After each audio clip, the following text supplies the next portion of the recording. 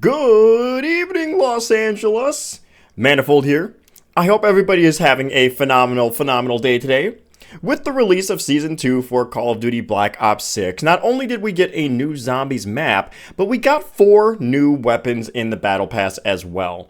One of these weapons is the Feng 82, which is the earliest weapon that you can unlock in the Battle Pass. The PPSH is later on, but I'm going to go into a public game of the Tomb today and see if I can get all 2,000 headshots with the Feng 82. Now, of course, this won't be an easy challenge, but we love doing challenges on this channel, so I'm looking forward to it. I hope you guys enjoy as well.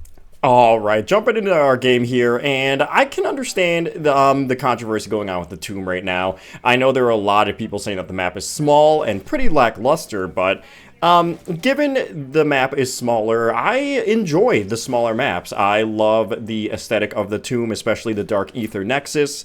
The Easter egg boss fight, of course, could be a lot better. That's definitely my least favorite part of this map, but I still think this is a fine map to play and enjoy, and it looks like it has a great first room challenge setup with PhD, Tier 2 armor, Gobblegum machine, and the upgrade station. I think this map would be super fun to run first room challenges on. I might do it at some point, but for now, we're going to start working on some of these headshots and see, hopefully we can get all 2,000 of them. Using this LMG, it honestly feels a lot like the Stoner 63 from Black Ops 1. Love that gun. Too bad that didn't appear in a zombies map, but that's kind of what this weapon is feeling like right now. Doesn't have a lot of ammo in the front, slower fire rate, but honestly doesn't feel too bad so far. I know it's only round, 4, coming in now, but honestly, doesn't feel too bad. Fire rate is pretty decent. I'm glad they opened up this side of the map because I am going to be a little selfish gamer here, and I'm going to grab Deadshot so we can keep pumping out these headshots. Yeah, sorry, not going to open any doors right now. I'm unfortunately short on cash. I don't know what happened, but Deadshot is going to be so imperative for this challenge so we can just keep pumping out these headshots.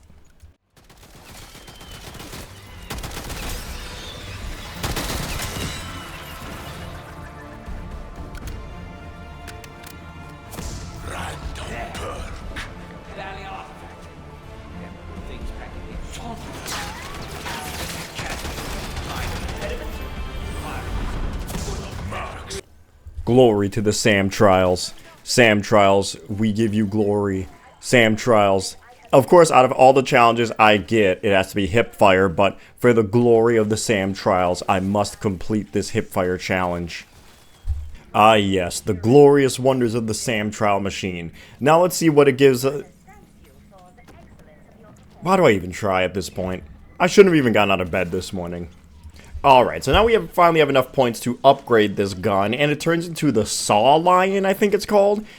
Kind of a cool name, I guess. I hope that the trend of really cool and unique pack-a-punch names continue as it was like in Black Ops 1 and Black Ops 2. The names were always super funny, like, of course, classic Mustang and Sally, Typhoid and Mary, Calamity and Jane, or even the AK-74 FU2, I think it was called. Kind of corny, but funny nonetheless, and memorable names. While we give glory to yet another glorious Sam Trial, that is definitely not going to give us another Mangler Cannon arm, I want to know your guys' thoughts down below. Are you still playing Black Ops 6?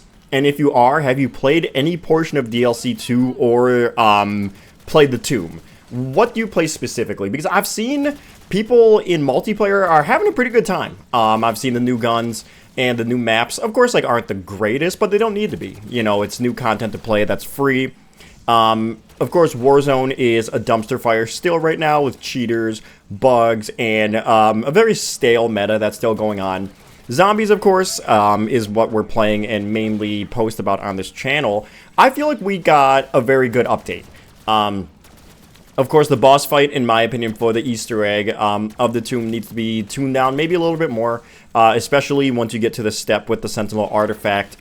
Creatures is what I call them, with the red Sentinel Artifact that can legitimately one-shot you through 3 plates of armor is pretty nuts. I don't think that should do that. I don't think that that's really considered difficult, especially when you've got so many different enemy types running after you. You have the fake or the blue sentinel artifact creature that's running at you too. Not to mention the mimic can grab you, the amalgam can grab you, the doppelgasts are super fast, the zombies can slow you down. I don't know. I just feel like there's way too many factors in that boss fight that make it unnecessarily hard. They need to take what worked from the Terminus boss fight and continue to use that in future boss fights. Not a super inflated, just spamming enemies around everywhere. Of course, we had the Stranglers in Terminus, which could shoot you from across the map. But I feel like in that boss fight, those were more few and far between. The thing that should be the difference in a boss fight, in my opinion, is that you should feel like you're fighting the boss.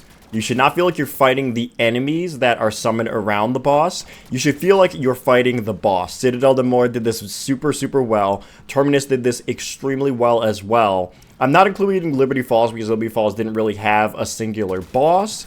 But for a boss fight to work and be well put together, in my opinion, you should feel like you're fighting the boss. In the Tomb, you are fighting the zombies, the special enemies, and the elites instead of fighting the Sentinel artifact. Yeah, you shoot at the Sentinel artifact, but the majority of your time is focused on the zombies, the special, and the elite enemies that are spawning.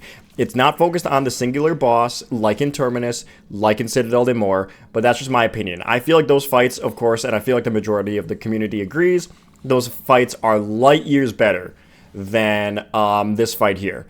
The fight, though, is still kind of enjoyable. I think it's cool to see the Sentinel artifact as a boss. Of course, the DPS check aspect of the boss is a little annoying. I feel like that should not be the case. But I guess what do I know about game design? I'm just some dude sitting in his room recording a video and playing the game and enjoying it still. I'm still very much enjoying Black Ops 6. Zombies. Multiplayer has actually still been pretty fun for me as well. I've really been grinding out Marvel Rivals, so that's been super fun to play too. And it's a nice break, when the game gets frustrating, or when a bug happens, or when I get soft locked inside of the armory on Terminus and can't get out and have to end my game. Going and playing Marvel Rivals, which is free, is definitely very fun as well. And of course, I'm not sponsored by Marvel Rivals or anything, or getting paid for this. But I want to know: are you guys? What other games are you guys playing right now? There's plenty of good games out there to play right now, especially if you play COD mainly for Warzone. There are plenty of great games out there to play right now that are not Call of Duty. Or if you do like Call of Duty, you can even go back to some of the older CODs. But let me know what you guys are enjoying down below in the comments, and let's get back to these headshots. As you saw in the last clip when I was yapping about nonsense, we did just eclipse 100 critical kills on round 12. So we definitely need to pick up the pace here. No fault of ours, of course. Zombie spawns are very limited, especially in 4 players. The SAM trials do help with zombie spawns too, which lets us get them a little bit faster. But we're going to keep grinding these out. Hopefully we can at least make it halfway there, if not all the way there, if this is going to be the case. Okay. I do not think that it's a good idea to activate the Rampage Inducer. I feel like these guys will not survive, but they are going to activate it anyway. So, yeah, we are going to get ready to be blasted in the face by a million zombies going a million miles an hour. This should definitely be fun, and I'm guessing we will more than likely survive it, if you can't hear the sarcasm that's in my voice. One of the players decided to initiate the Ice Staff ritual as well, which we somehow did complete. And as you can see, the dominoes, the cascade are falling. And I'm going to need to try to get my healing orb built up to get these guys back in one go. But also, though, if I let them die, I do have more zombies for headshots, but that'd be more of something that Tallest Break would do. We are not Tallest Break, love you Break, but we fight for our teammates, and we need to go and get them back. We should never have even started the Rampage Inducer, my goodness. I need it! Okay, we are just wrapping up round 18 here, and I've only hit 400 critical kills. It's crazy to me that I even completed Nebula. I do have Nebula on every base gun, And just thinking that I had to get 2,000 critical kills on each gun just to unlock the gold challenge is insane. It's great camo though, great camo, but 2,000 critical kills. I truly underestimate how many critical kills that really is.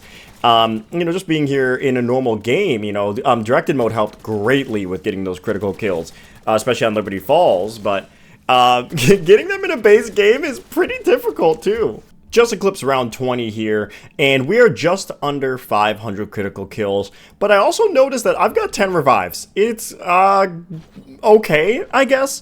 I don't really mind my teammates going down too much. I feel like that's just part of the game, especially for, loser babies like me that play this game all the time, knowing how to maneuver the zombies. Some people don't really know how to maneuver the zombies or know, like, what good perks there are, what good weapons there are, what good strategies there are. I'm not saying that as a knock to them. I just think it's hilarious that people make such a big deal out of it when it's not really that big of a deal. Yeah, people go down in video games and you have to revive them. That's a core mechanic, but that's just my opinion. I guess I just grew up with a brother that was terrible at zombies. Love you, Break. Okay, we just hit round 26, and it looks like this guy wants to exfil. No can do, sir. I cannot agree with this vote. These critical kills are not going to get themselves. I will stay on the map, and I will continue. It actually would be kind of a cool system if you could exfil separately, like how Modern Warfare 3 Zombies you could do that. I know that that's very counter-cultural to say positive things about Modern Warfare Zombies. I'm totally joking about the counter-cultural thing. But it have some good... It had some good features in the game mode, being that you could extract without your team. I think that would be a cool feature in here, especially in pubs, if, say, in this situation, I want to stay and keep grinding headshots, but you have these two people that just continually go down, but want to get the end of match bonus, or the exfil bonus, I guess. They don't have to leave the match. They could exfil, they could get out, I could stay on the map, and everybody could be happy. But that's not how this Zombies works. I'm perfectly fine with it. It's just an alternative I had thought of for players in this scenario. But I'm staying on the map, I'm grinding these headshots, these guys can leave, I'm not worried about it.